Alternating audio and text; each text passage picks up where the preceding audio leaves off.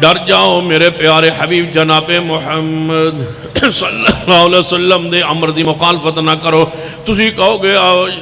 ایک حدیث نو نہ منیے تے کی ہو جانا ہے, ویکو کی ہو جانا ہے. توجہ فرمانا, نبی رحمت صلی اللہ علیہ وسلم دے سامنے سے مسلم دے اندر حدیث پاک آندی ہے, شرح سنہ اندر امام بغوی رحمہ اللہ دی کتاب او دے اندر بھی حدیث موجود ہے. نبی علیہ السلام دے سامنے ایک بندہ کھانا کھا رہا ہے, وہ کھانا اپنے بائیں ہاتھ نال کھا رہا ہے. انجی تے حدیث ہے, نبی علیہ السلام نے ویکھیا ہے ایک کھبے ہاتھ نال کھانا کھا رہے. آپ نے فرمایا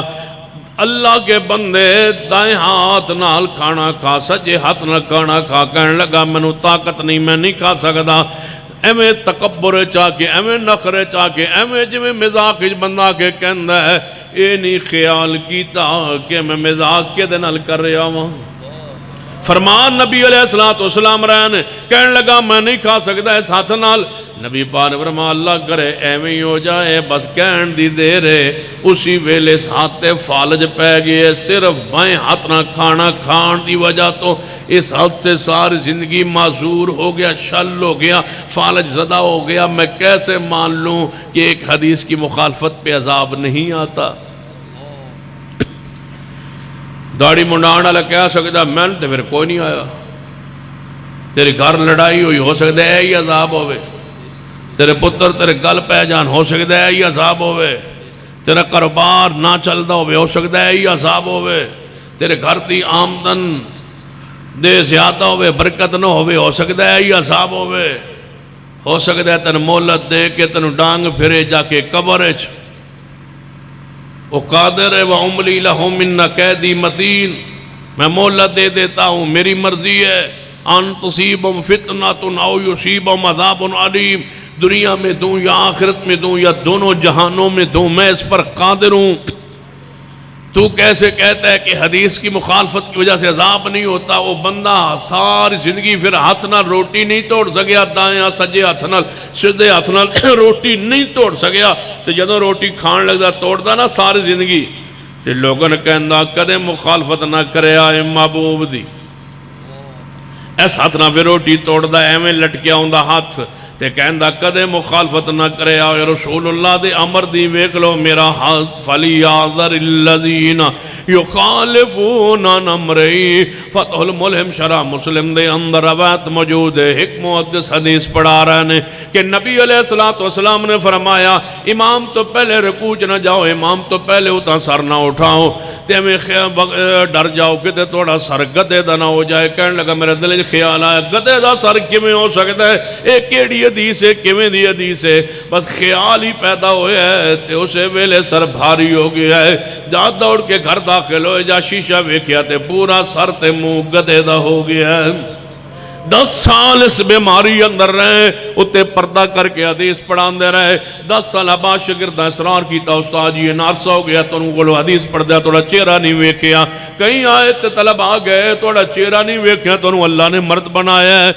کیوں پردہ کر دے ہو؟ فرمایا بیٹو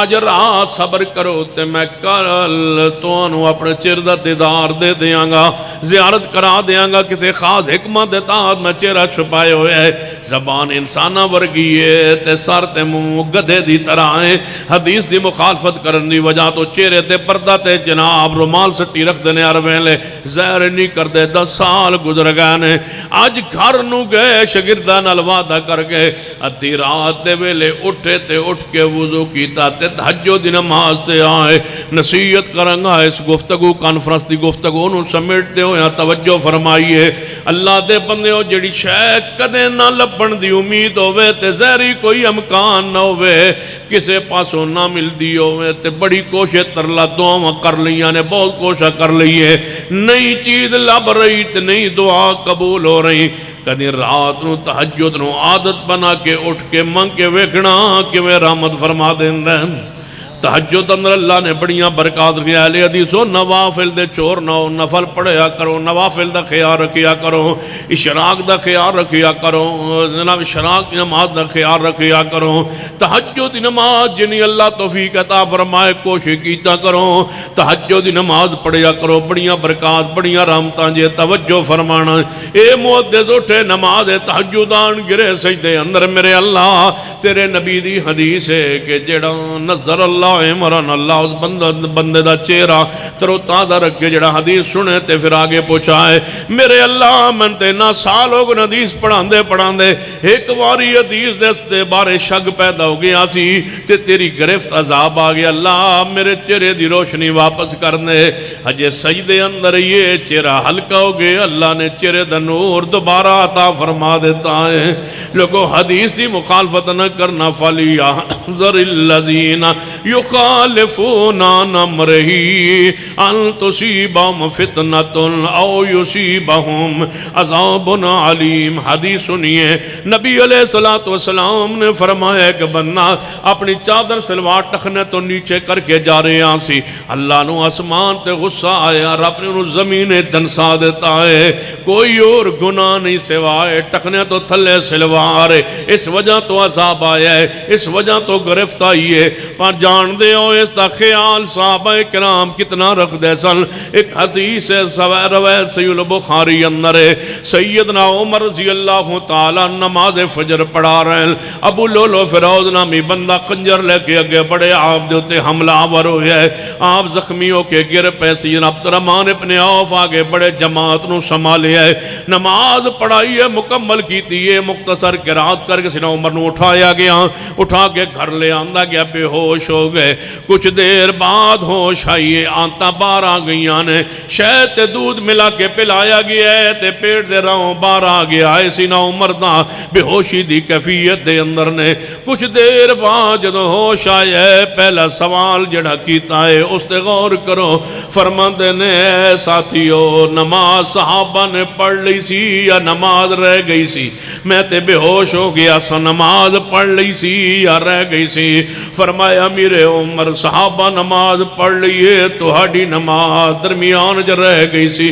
چرپائی تے بیٹھے سیدنا عمر او سید مند بے نمازوں جوانوں ہو کے بے نمازوں سب کچھ لے کے جناب بے نمازوں سنیے حدیث پاک سنیے سیدنا عمر دی آنتا بار آئی ہوئی نے چرپائی تے بیٹھ کے نماز فجر اپنی پوری کر رہے نے نماز پڑھیے کچھ دیر گزری ایک جوان آیا ہے بیمار پرسی کرن لئی آپ دے کول بیٹھا رہے کھڑا رہے بیمار پرسی کر کے واپس پلٹے سیدنا عمر نے تکینہ ٹیک لگائی ہوئی ہے جدوں واپس پلٹے آپ دی نظر او دے پیرا وال چلی گئی او دی سلوار تے بند ٹکنے تو نیچے جا رہا سی سیدنا عمر جنہ دے پیڑ دے خنجر تے خون جاری ہے آنتا بار نے او عمر فرماندے نے اس جوان نو واپس بلاؤ اس جوان نو واپس بلاؤ تیرے سر درد ہوئے تو نماز چھوڑ دے نئے خنجر لگ چکے نے 14 خنجر یا 7 خنجر لگے نے پیٹ چیریا جا چکا ہے آنتا بارائیاں ہوئیاں نے اس عالم اندر سلوار ٹکنا تو نیچے وے کے فرمایا ہے اس جوان نو واپس بلاؤ بلایا سیدنا عمر فرما دن میں نہیں بیمار پرسی نایا سے اپنی سلوار ویکھ آنتا بار ہون تے حدیث یاد ہوئے خون نکر رہے ہوئے خوراک بار آ رہی ہوئے تو سنت اس ویلے خیال ہوئے امر رسول دا خیال اتنا ہے فرمایا کیوں ارفا صوبک اپنے کپڑے نو اونچا کر پیغمبر دے امر دی مخالفت نہ کر سوچنا دوستو امر رسول داڑھی دا کیوں مخالفت کر دے